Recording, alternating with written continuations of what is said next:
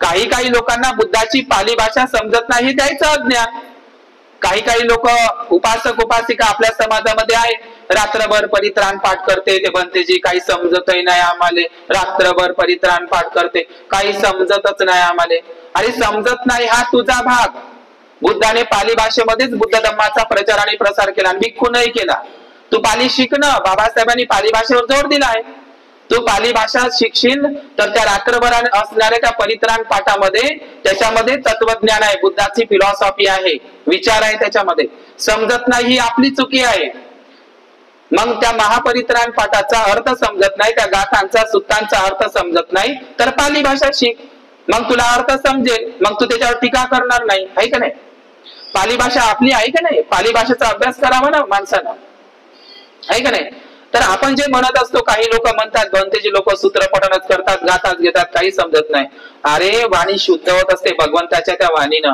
तुम्हाला समजतही जरी नसेल आपली वाणी पवित्र होत असते, समजलं का. नुसतं उच्चारल्यानं बुद्धाच्या गाथा तुम्ही दैनंदिन पूजा घेता बुद्ध विहारात घरी का त्या तुमच्या मला सांगा, तुम्ही एखादी बाई खूप जोऱ्यानं झगडा करत आहे, तिचं मन दूषित होईल का परित्राण पाठ घेतल्यानं वंदना घेतल्यानं तिचं मन दूषित होईल, कलुषित होईल का मन, का शुद्ध होईल. समजत जरी नसेल तरी तिचं मन शुद्ध होईल का त्या गाथेनं. श्रद्धा असते का नाही त्या गाथे मागे, एक हे असते का नाही, ऊर्जा असते ना. तर सत्यनारायण पाठाशी बुद्धांच्या परित्राण पाठाची तुलना होऊ शकत नाही असं म्हणणंही चुकीचं आहे. बुद्ध वचनांचा अपमान करणं आहे. बुद्धांचे कुठं, बुद्धांच्या धम्मगाथा कुठं, पवित्र धम्मगाथा, वैज्ञानिक धम्मगाथा, आणि कुठं तो पौराणिक काल्पनिक सत्यनारायणाचा. म्हणजे हेही वाणीचेच दोष झाले. बुद्धांच्या गाथांची सुत्तांची कुठल्याही ब्राह्मणी मंत्राशी, आरतीशी, पूजा पाठाशी, कर्मकांडाशी तुलना करता येत नाही, त्याचेही दोष लागतात. सांगा सत्यनारायणचा पाठ न परित्राण पाठ सारखा आहे का.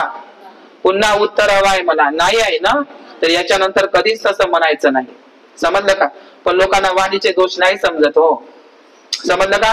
तर हे बुद्धांच्या धम्मांच्या आणि संघांच्या गुणांचं स्मरण म्हणजे काय आहे, ते काय आहे, त्रिरत्ना गुणांची 24 गुणांची पूजा आहे.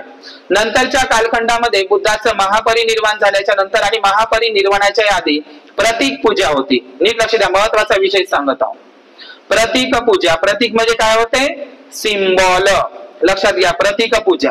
मूर्ती पूजेच्या अगोदर बौद्ध धर्मामध्ये प्रतीक पूजा होती, प्रतीकांची पूजा करणं. प्रतीक म्हणजे काय, सिम्बॉलिक पूजा, प्रतीक पूजा.